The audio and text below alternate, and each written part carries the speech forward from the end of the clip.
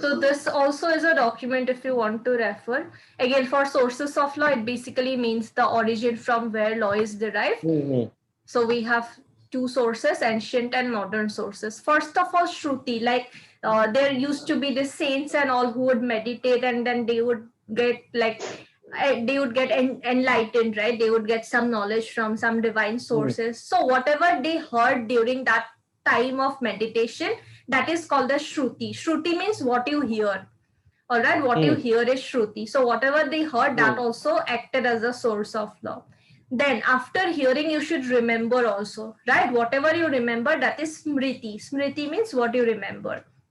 Then on the basis of whatever was written, Vedas, Upanishads and all of that, people used to write comments on that, right? So we have digest and commentaries where someone would comment on those things.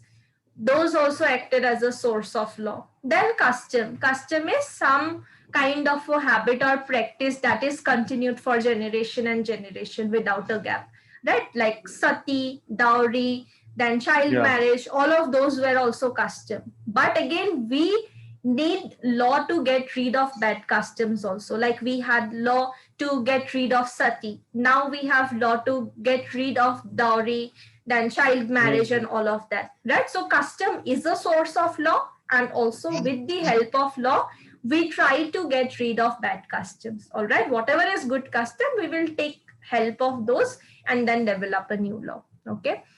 Then for modern sources, we have equity, justice, and good conscience. What is equity, justice? Now, for specific relief, in studying contract, right? I told you that, okay, fine, contract with minor is void of initio.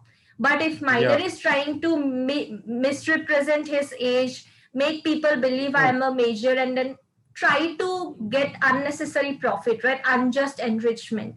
In that case, what will happen? Court will ask the minor that you return back whatever profit you have taken. Why? Because court wants to give justice.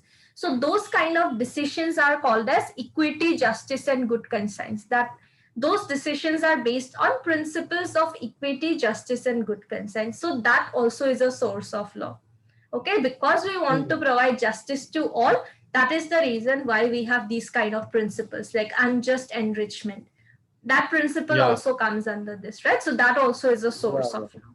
Then legislation, whatever law we have, act, statute, etc. Precedent means judicial decision. Whatever decision is given, you need to follow that, basically, right? So it's not like all the decisions are binding on everyone.